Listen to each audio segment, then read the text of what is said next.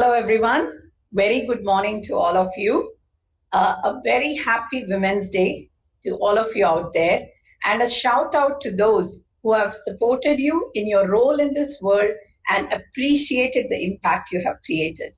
So, yes, happy Women's Day again, and thanks to everyone else. So, before we get into this panel, me, Sugandha Srikanteshwaran, I've been in the tech industry and tech work for over 25 years. A journey which has been continuously reinventing, challenging, taking risks, and continuous collaboration, and a lot of stuff, right? A journey where I spent a couple of decades with IBM, enjoying my tenure there, and prior to that was with HCL and a startup, and it's been a great, great learning journey. Currently, I am the tech advisor for WiT Ace and also on the board of advisors for her second innings. So let's get into the panel today. And before we do that, let's reflect the last 11 months or so. Wow, the way I look at it is we all went through a learning school that the pandemic put us through, right? I still remember the curve of emotions we all passed through. First, it was like, oh my God, is it going to be like the plague-like thing? Are we going to be in an impact which was during the war periods? And then slowly we evolved and we saw that no, things can be managed, right? We found ourselves in a very supportive society, helping each other. We found ourselves in a place where our frontline workers were supporting everyone. We grew up to be an even more responsible citizen. And now we are in a phase where the vaccination process is in place and we are learning to live with certain guidelines, which is going to make it possible for all of us to wade through this, right? We also not realize that something kept us all together, glued us together, and it was technology. Technology helped us do a lot of things in the last several months. The creation of the bots, which brought awareness on COVID to several people, all the questions that people had, right? The online education, online entertainment, online shopping, online medical support, telemedicine, everything, right? Serving the needy, the very understanding that there is someone who needs something and getting them what they need, right? All this was made possible because of technology. And the people like several of you who have played a key role in creating that impact, in playing and supporting and making technology available to serve the purpose, right? And now as we are evolving, what do we see? We see the need to reinvent. We are hearing the buzz that every enterprise is undergoing a transformation to be digital. We are learning that automation is going to become very important for the digital transformation. We are learning how AI is going to play a key role in predictions and in also enabling the whole digital transformation. And we can go on and on about this, right? What we are realizing is, as we see this evolving, the need to reinvent is even more important and even more critical. We need to pick up new skills. And yes, we need to see what the adjacencies are and learn in those skills. We need to learn to delegate to grow. Of course, even if you are in a technical path, you need to learn how to delegate, right? So there are a lot of things we have to learn besides the core technical stuff. So this panel, our hope is actually for you to learn some of these skills in a slightly different way. So how have I structured this panel? It is a way for all of us to learn through the lens of the panelists, their technical roles, their impact to business, their enriching experiences, their failures, their challenges.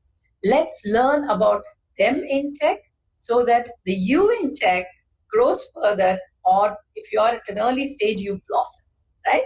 So without further ado, let me go ahead and introduce my esteemed panelists in no particular order.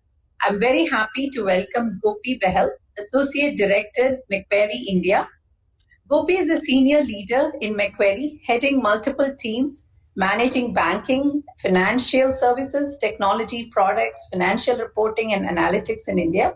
She is a computer science engineer from WiT Mesra and has about 18 years of very rich experience in both consultancy and captives way of working. She has worked across the globe and she has held various roles in tech, business, and functions from scratch. Before joining Macquarie, Gopi has worked for TCS, RBS, and she is a strong D&I advocate and works passionately to make the world of technology fair and equitable place for women. She chairs the Asia chapter of the Macquarie in ENG, or Engineering for Women in Tech. And as a vocal pride supporter, she spends her personal time mentoring and readying students from urban slums for international education. Welcome, Gopi. Happy Women's Day to you. Thank you, Sugandha. Happy Women's Day to you too. Thank you. Next, I'm very, very happy to welcome Radhika. Radhika Saigal is a partner in the advisory services practice at Ernst & Young. She is the leader for technology transformation and process efficiency improvement practice for the BFSI capability centers in India.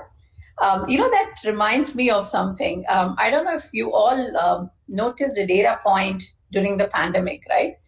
The UPI transactions, the amount at which it grew phenomenally in India. Oh my God, think of how all the financial institutions worked, right? That they are the backbone of a lot of things that happen. So, in their own roles, Gopi and Radhika have created and made it possible. So thank you, girls.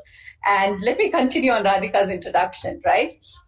She is a leader in robotic process automation, machine learning, and she has over 20 years of rich finance IT experience. She is very comfortable working with large-scale tech transformation and ways of working these, in the financial services. Prior to joining EY, Radhika was in Citi and played multiple roles there. And prior to joining Citi, she was a BFSI solution delivery lead at Oracle for 12 years. She has actually set up and run multiple offshore development centers for BFSI. You can see that she is, I would say, the epitome of BFSI strength over here and blending technology to make that happen. Welcome, Radhika. Happy Women's Day to you. Happy Women's Day to you as well, Sugandha, and to all the audience. And thank you for such a nice introduction. Sugandha, I suddenly feel so old, but thank you for making me go through my own career. No, it's going to be enriching, my friend. So now let me go and welcome Trishna. Trishna Guha has been working at Red Hat for about 4.5 years now. She is the engineering manager for Ansible team. And I'm going to quote some numbers, my friend, and that is going to be very, very interesting for you. She has actually worked as a senior software engineer with Ansible. Okay, but guess what? She has made 266 commits. So this is for the developer crowd out there. Think of these numbers, 266 commits, added about 35K lines of code in Ansible, and has remained a top contributor there. She actually later switched to management where she manages the Ansible networking team. So now the audience, you be prepared. She's going to tell us how her technical role or technical strength is going to help through the management stuff. So you can see the switch, 35K lines of code, 266 commits, and now she's the manager for the Ansible networking team. She is an open source enthusiast and she has presented at many open source conferences like the Ansible Fest, DEF Conf, and a lot of the local meetups. She loves to travel, evident, I guess, from her profile picture of dates I see as well. So I'm so happy to have you as a panelist, Trishna. Welcome and happy Women's Day to you. Happy Women's Day to all of you as well. We can't hear you, Trishna.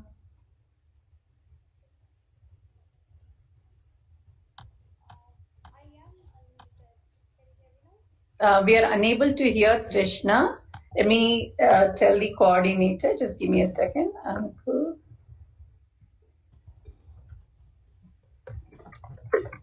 See, now I think because we're all in a virtual world, we can be slightly informal when I'm reaching out to the backend team for help. Trishna, if you can just bump up your volume. Can you try that? Yeah, it's full. Can you hear me? I can hear you feebly. Will you be able to speak without your earphones, like direct into the... Yeah, I can try. What about now? You're very feeble. Do you want to change your microphone? Something is going on. I'm echoing actually.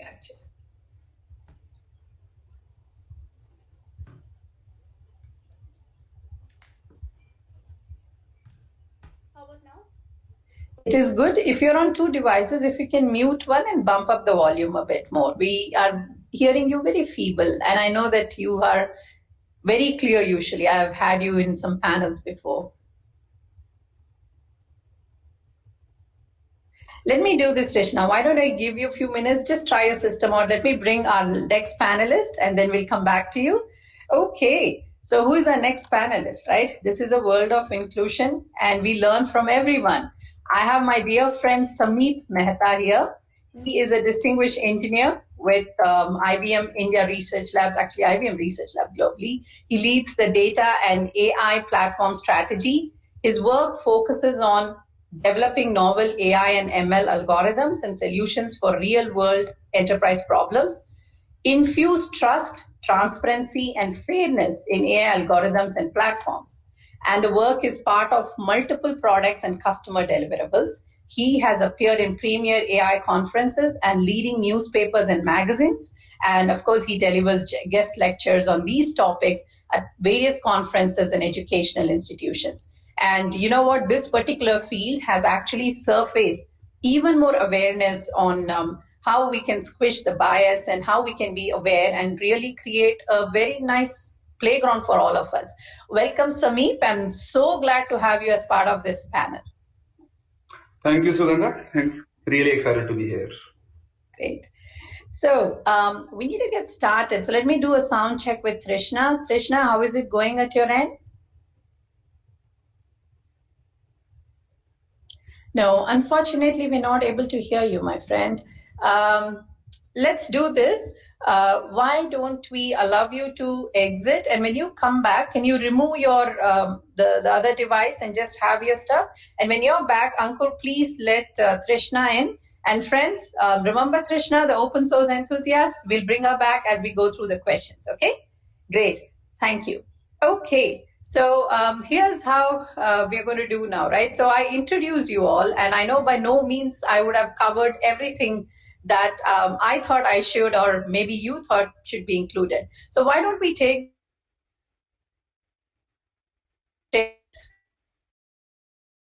panel and a lot of iron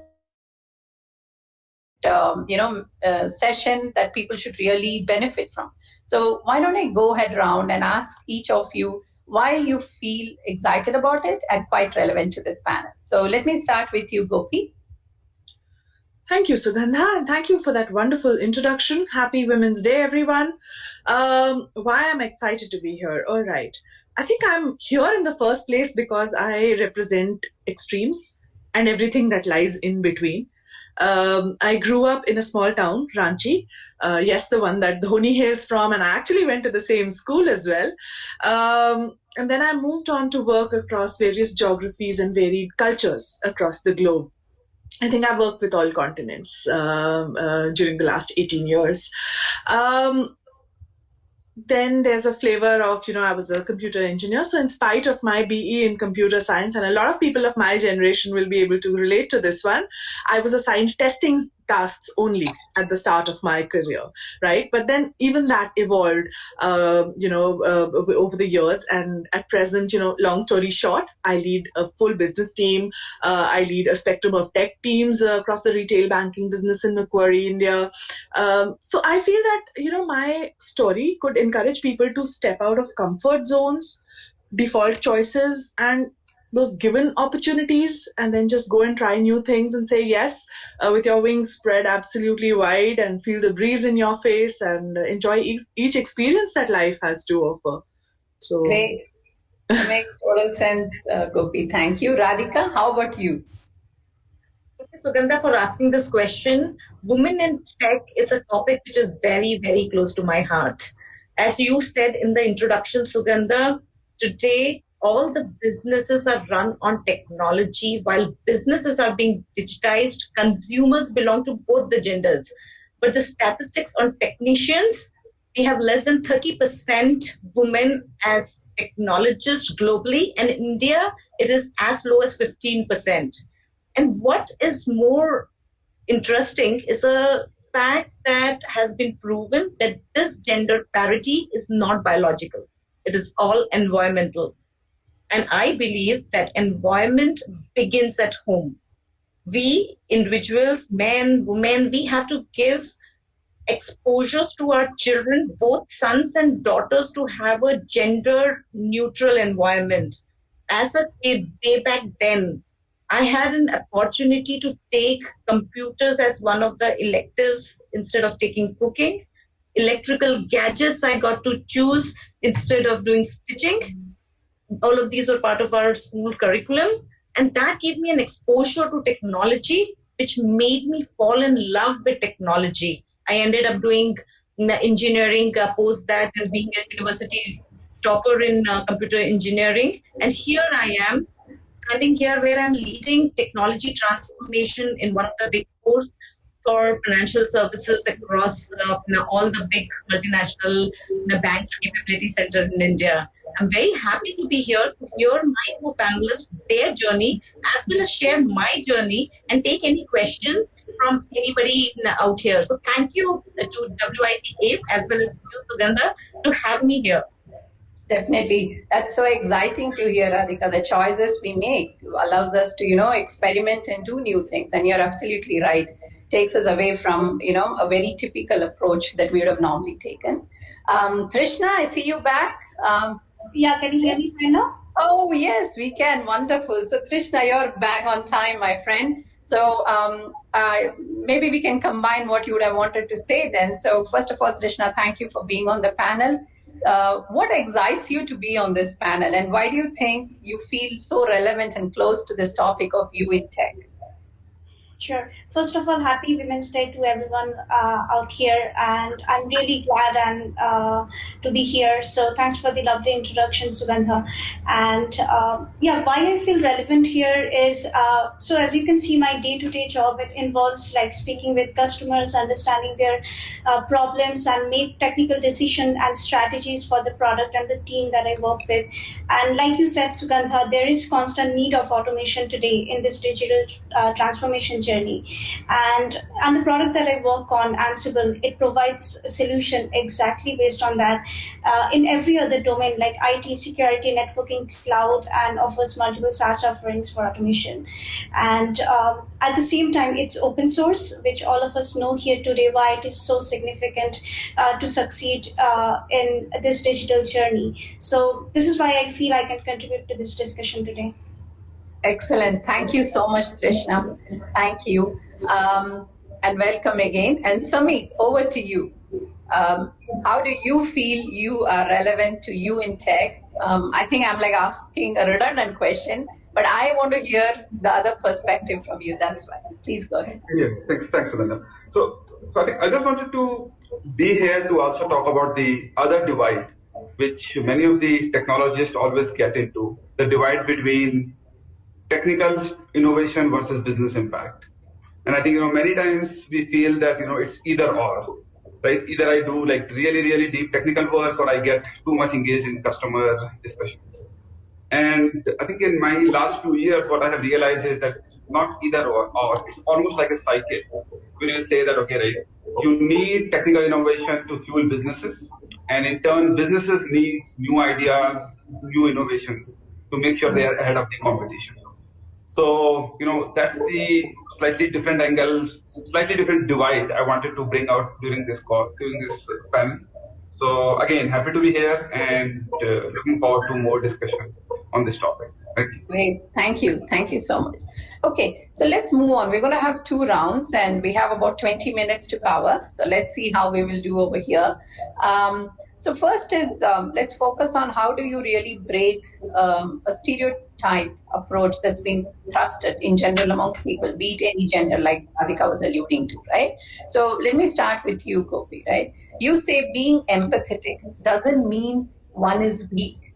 How do we interpret this, especially in a regulated industry where you need a play of being empathetic at the same time having all the regulations in place. So how do you really have the two in place?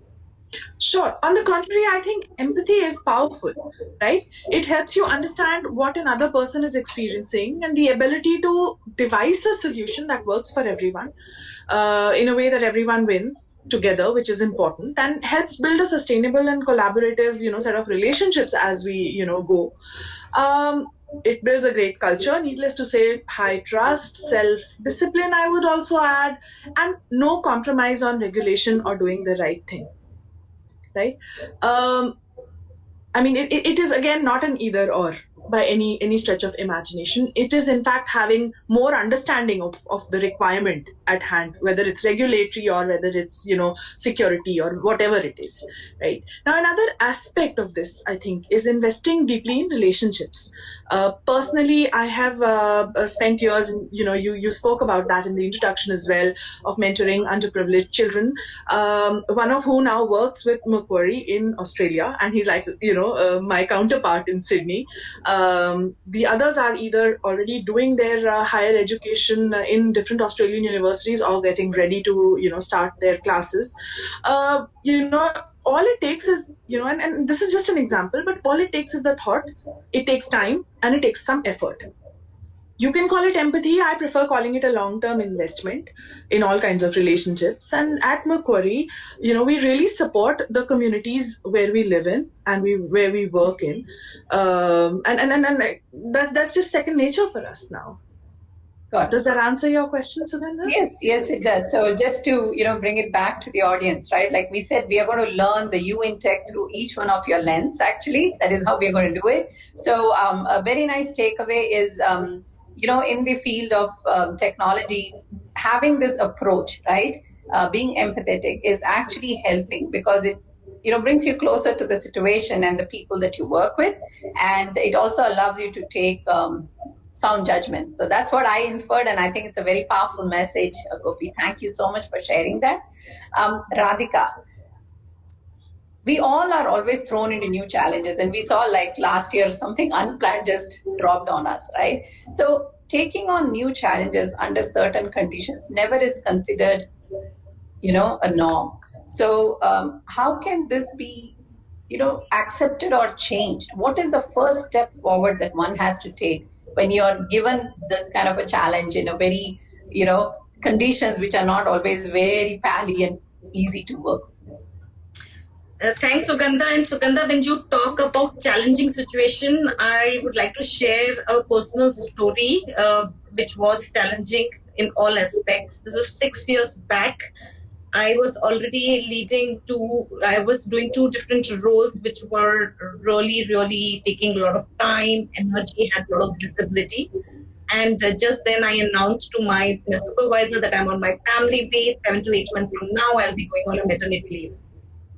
Just then there was an announcement that they need a global technology head role to set up technology program, manage it for robotic process automation. This is way back 6 years when RP had just begun to evolve, and they said that they need a global leader sitting in India. It was a good opportunity, but obviously I didn't even consider it. It was no way.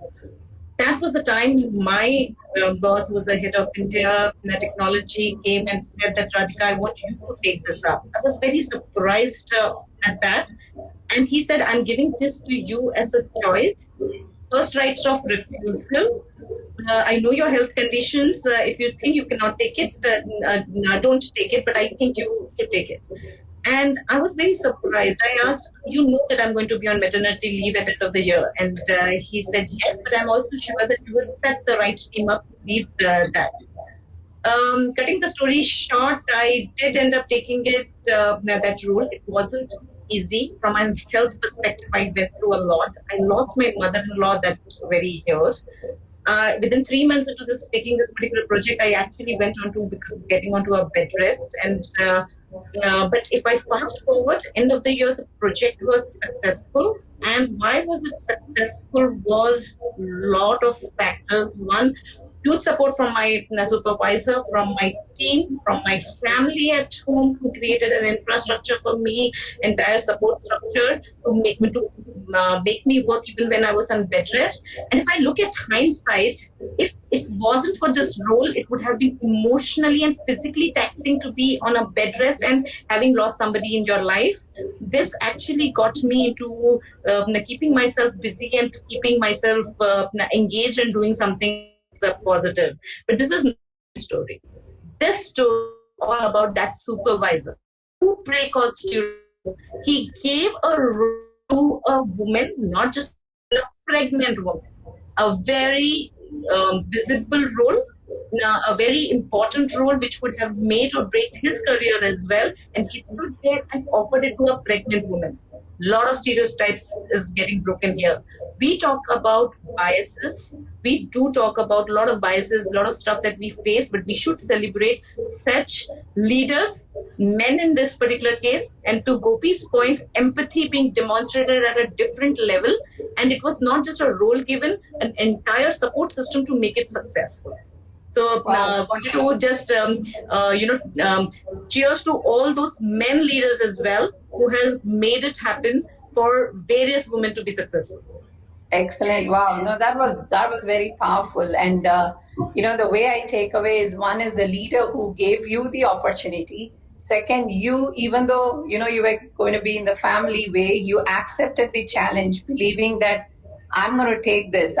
The biggest challenge is getting into the family way. Like, that itself is considered a rebirth. And you took on this and said, well, I can do this too, right? And then you had to, have the loss of your mother-in-law. Very sorry to hear that. And the thing is about the whole ecosystem that you felt came and helped you make it happen. So I think it is the power of people who want to make a change, people who accept a change, and people who accept help. I think that is very, very important. Those are my key takeaways. Thank you so much, Radhika. And moving on to you, Trishna, the open source enthusiast. I think the whole open source field, right, it has changed the way one looks at development, one looks at engineering as such, right? So while we bear that in mind, let me understand from you how open source happened to you, and why would you advocate contributing to open source in general? And then maybe tie it up to say how someone in tech will really like it. Sure. So my open source journey started with simply using a Linux OS when I was in college, and as I started to use it, I started learning about all these open source communities and the programs and how the code is out there. I can just read the documentation and understand all about the project, and like talk to open source communities, chat to them, and understand this entire open source contribution thing. And slowly I started like involving with an open source project, and slowly I got into the internship, and everything happened with Red Hat. Open source, if you look at open source, it's all about its communities. It's all backed by its developers, users, and support group it has. So like, if you have any questions or need any help, you can simply ask out there, and there will be people to help you out with your questions. And if you look at it, it costs you nothing, right? The support is for free for open source. And good ideas can come from anywhere, from anyone in the world. So your nationality, your gender, caste, race, all of this, nothing really matter in the open source world. Like, anyone can share their feature ideas about a project that they're working on. Just file a bug report or push bug fixes to your project, where the same person can benefit from, and as well as the open source project maintainer or the company that owns the project. So this is why open source project keeps evolving. They have constant updates, because all these code changes that is happening, also they continue to remove their bugs. And this is why it has enhanced functionality, and at the same time better security. This is why it drives me into open source. And also, unlike proprietary software, open source software promotes like creative work and gives users full access to the code. So there is no need to reinvent the wheel because of open source licenses. Like you can just use something that is already out there which fits your requirement. You can develop on the top of that, and you can check the source code anytime and actually understand what it does. So it's not like doing something that you don't know that you are using on your company for something. These projects are like free to distribute and use, and this is what makes me extremely happy about open source contribution, that I can also give back to the open source community in whatever way I can. It doesn't have to be code all the time. You can contribute to the documentation, you can test it, you can just simply like help out someone and support each other. That's also open source contribution. So it's very open, and as we are moving towards this entire digital transformation, like Radhika mentioned, machine learning, robotics, and the automation, and every other aspect like cloud, Kubernetes, Ansible, it's all open source. And I think with all this, like we can really help each other out and progress in this technical journey.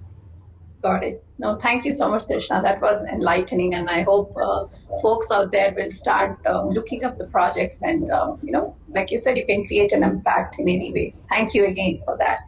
Sameep, how has your field of work uncovered, let's say, stereotypes in jobs and workplace, right? And any personal experience that has helped you overcome such stereotypes, just in your experience?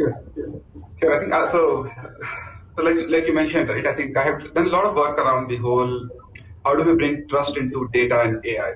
So I'll tell you how it started. Started with me and one of my colleagues sitting one day and discussing about Bollywood movies and how women are portrayed in the movies. So we thought, yes, right, I think they are not portrayed right kind of as good as the men are portrayed, but these are all anecdotes. So what can we do about it? So we thought, okay, we are going to write some computational tools to quantify these kind of gender inequalities. And so we used a lot of our Watson APIs, wrote some more algorithms, and finally, did the analysis on around 50 years of movies from 1977 to 2017. And the results were, well, not surprising. They were disappointing years, but not surprising. So I'll give you an example, right? So someone like a male actor is going to be introduced as someone who is very strong and has aspirations to become police officer. And his counterpart would be introduced like beautiful girl and daughter of Mr. Saxena. Right?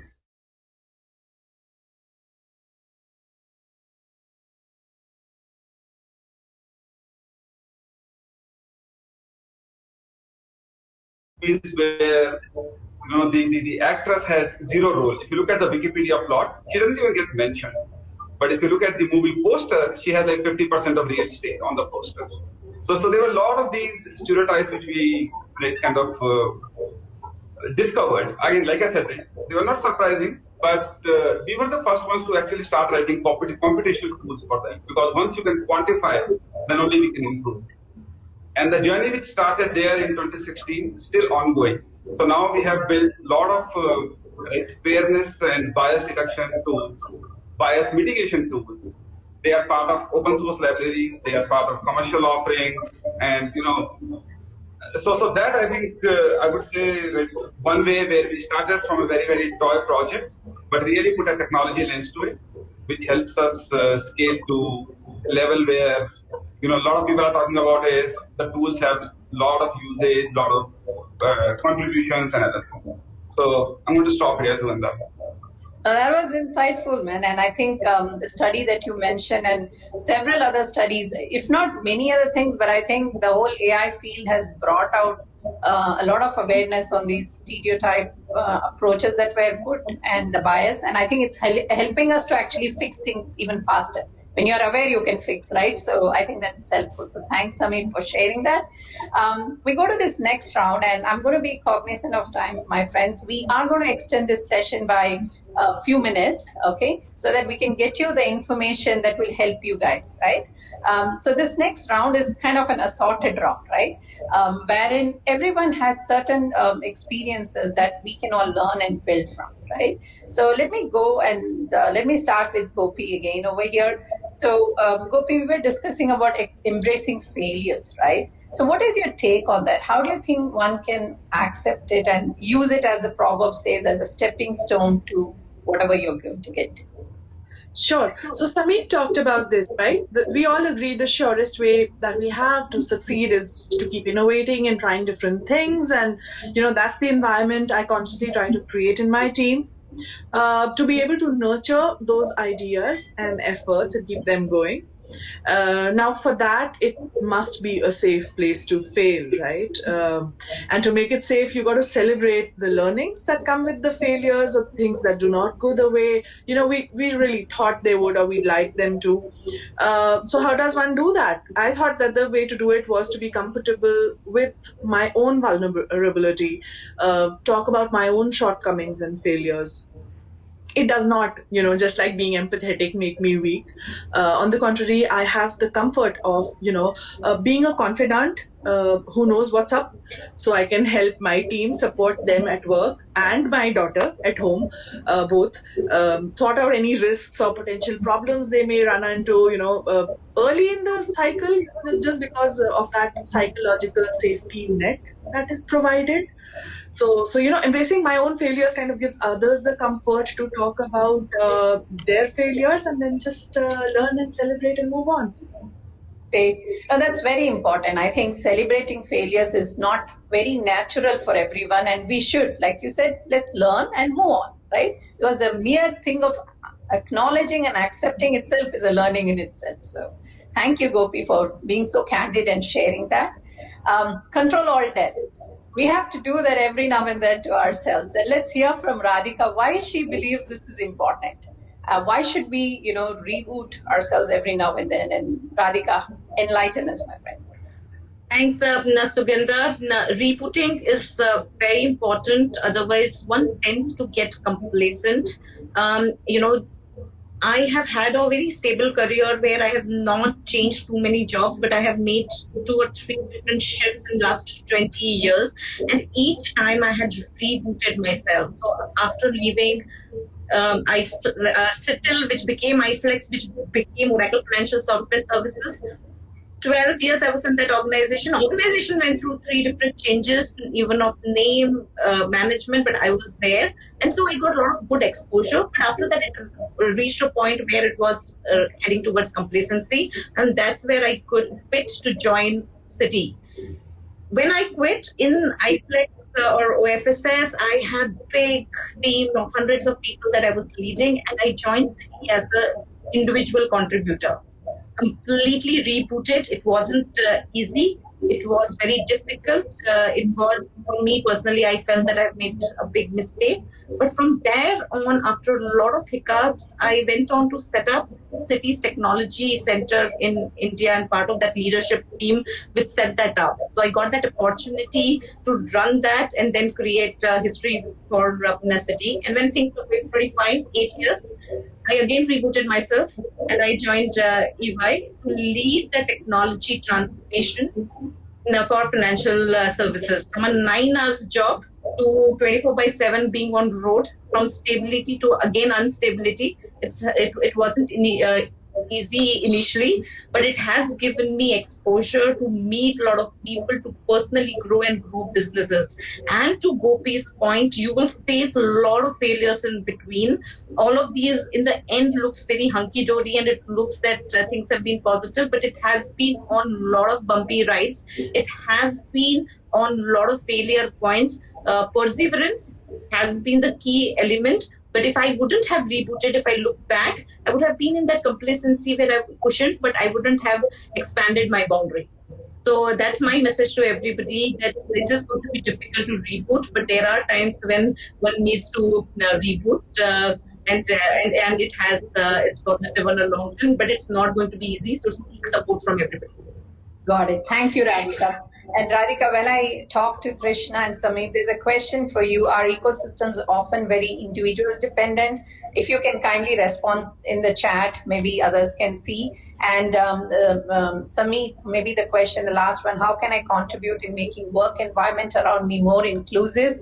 And by that, how can I personally contribute in helping my female colleagues grow? If you can kindly answer while I get to Trishna, and later I'll be coming to you quickly.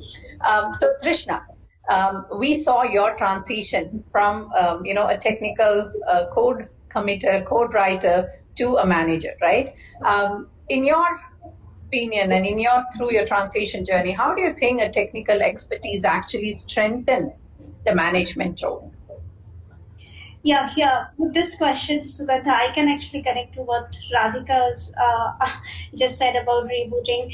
So I was individual contributor before only, but when I was offered this role of management, I was still like deciding whether I should switch to management or just focus on what I do, because in managerial role it's not about what you do, but it's also about thinking about broader aspect, like the team strategy, the product strategy, cross team collaboration. It's a lot of things happening. You have other responsibilities and not just your work. But I still thought that this is a new area that I think it's worth exploring, and I wanted to take that risk. And here I am. And Red Hat being a technological company, all its software, all its products are very technical products and software based products. So having technical expertise does really help me, like making the right strategies and decisions for the product and the team that I work with, and also hiring the right talent. And also it comes very useful when I'm like talking to customers, understanding their needs and requirements, and whether how we can fit that into the product and give a solution. So for example, Ansible is written in Python, and having Python experience really helps me decide like which Python version should we support, how we should test our code, which are the versions we should test. And another example would be, like you said, I work with this Ansible networking team. So this network automation, it requires like day-to-day involvement with networking VMs like routers, switches, and when you are booting up these VMs, they can be really heavy on your local system, because they require nested virtualization, and some systems do not support that, and some VMs do support nested virtualization. So here I have to like make decision which cloud I should choose for the team and the product, which would solve this problem. Not every cloud does become cost effective with this kind of problem. And also with different kind of network images licensing, here I had to use like my technical expertise to choose like which cloud would be best for both cost effectiveness and the licensing problem. So it's like solving both problems, managerial and decision making, using my technical expertise. Wow, that was helpful with the example that you said and showing the connect, right? I think that's how people should see, and I have been a firm believer throughout my journey as well on how, staying technical and being, the inflection point of every technology change. Being aware of them is important to actually play your roles, no matter if they are business, management, or whatever, right? So thanks, Trishna, for that. While I go to Sameep, let me request you and Gopi to actually answer a query that has come in the chat, which says, what are some enablers and some derailers for women in STEM, and how do I overcome the latter? So can I request you both to answer on the chat? And Sameep, to you now. I don't know if I'm going to say some really incorrect sentence. Delegation and technical leaders? Oops, did I say something wrong? Is it contradicting? Does delegation only apply to managers? What do you think, Sameep? I think more than that, right? I think delegation somehow we have taken as a negative connotation. So delegation is really not about like giving up the work which you don't want to do. And similarly, delegation is not something receiving work which is almost like an order. I think delegation, according to me, irrespective of managerial role, technical role, I think it really has a multiplicative impact, impact. So it helps you bring focus to the work which you want to do. It helps others to really, hone their skills. And I think it improves a lot of trust between the colleagues. So I think, irrespective of your role, technical role, managerial role, irrespective of your kind of level in the organization, if you are early career, mid career, late career, I think there will always be jobs where you need help. There will be always be work which needs more attention than some other work. And there always, and most important, right, there will always be someone else who can do certain part of your job better than you. So I think in large organizations, right, which we all are part of, I think there is always opportunity to engage others, right, learn from others, and delegate. So I think, it's really, I think, we should not try to be like superhero if you want to do everything ourselves. It's not possible, right? Eventually you're going to just, right, kind of burn out yourself. So that's how I think I look at delegation, right? It's really to how do we maximize the impact within limited number of hours and efforts, which all of us have, by utilizing the best people for best job. Right? That's what I would say. Now, that is very helpful. Actually, that's what I have noticed in the past too. You mentioned something very important, which is don't consider yourself superhuman. It's okay to ask. It's okay to share the work, which is delegation, and then, circle it back and bring the bigger picture, right? I think, like you said, we misunderstand, or the whole meaning, the connotation of delegation is always in the negative, and that's wrong. You're absolutely right. Thank you for sharing that important point. We are almost coming to the end of the panel, and before I get to my favorite rapid fire round, I just wanted to summarize a bit on what we learned from the lens of these esteemed panelists, right? Just so we all be on the same page. So we learned about being emphatic. It's not weak, but being emphatic is powerful. Take on challenge, believe, put the first step forward, leverage your ecosystem, reboot your careers, reboot yourselves every now and then, embrace failures and celebrate them. Use your technical knowledge to actually take some of your decisions, even if you're a manager, and code away, be an open source enthusiast. Don't be, a superhero, or don't consider yourself a superhero or superhuman. Be open, accept help, think delegation in the positive sense. Work together to break the stereotypes that is there in place. It doesn't matter which gender, right? Now it's a world of inclusion.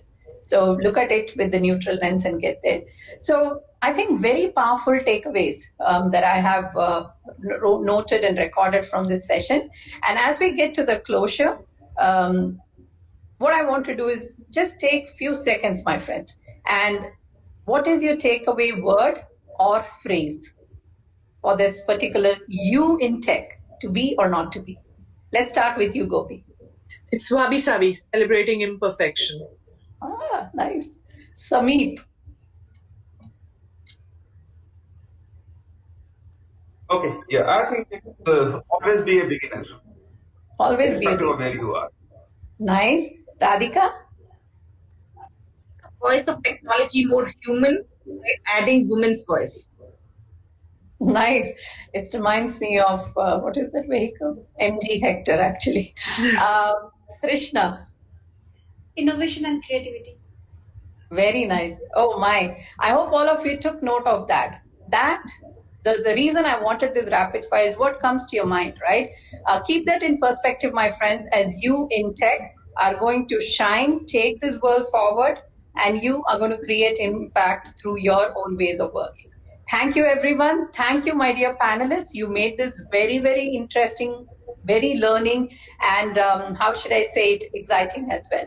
So thank you, everybody. Happy Women's Day to everyone out there. Take care. Thank you. Thank you for having us here, Very Sugandha. much, Sugandha. Very well conducted session. Thank you.